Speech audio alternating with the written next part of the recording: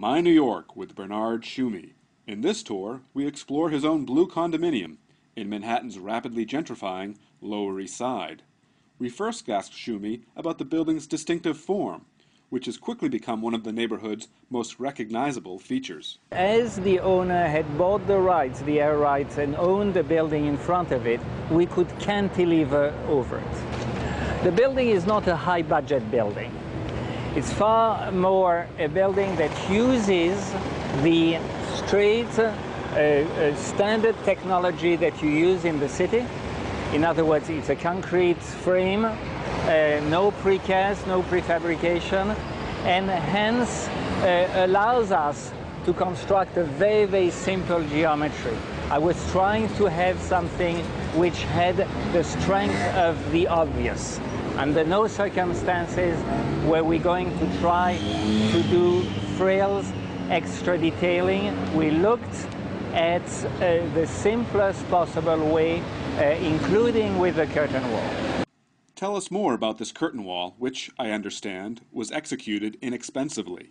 In this view, you see the cantilever, the sky exposure plane, and you see the meeting of every one of the angles is actually done with a standard off-the-shelf curtain wall. The intention was again to prove that you could, with the simplest $55 a square foot curtain wall, get something that could be architecturally significant. The north facade continues, although that one is a party wall. We were able to continue with the cladding as the curtain wall with a spandrel glass. I think this gives a volumetric density to the building, which is one of its qualities. There is only one single material for the skin. Bernard, situate for us this blue condominium project in terms of your overall career.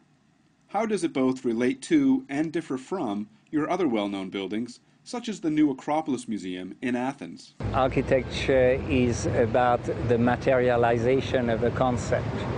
The concept is as precise, as clear as possible. In this particular case, we wanted to give a very particular expression that would establish a dialogue with the neighborhood. That's not that different from things we have done in Athens with the new Acropolis Museum in a very different type of program. Restricting the number of materials to only the ones that are significant. Never have details that are overly talkative. It's a precision which I care very much about. Tell us about the inspiration for the building's blue, pixelated facade, which gave the project its name. Well, you see the sky behind it. The sky is blue. That's our way to merge into context, right? It is a contextual building, after all. I'm halfway serious about that. The pixelation was also about the variety and the diversity of the neighborhood. Speaking of context, the design did take some heat, Bernard, for not fitting in with its Lower East Side neighborhood. What's your response to that criticism? Amusingly enough, some people said when the building was coming up, said, hey, it's not in character with the brownstones. Which brownstones? I also remember that in 1904, the City Planning Department proposed a grand plan for Delancey where all buildings were 12 to 20 stories high. Blue is 17-story high. Blue was built in a time when a number of residential projects in New York were designed by well-known architects, whose association with the project was heavily promoted in the marketing material, as was your design with blue. Talk about this phenomenon. Only 10 years ago,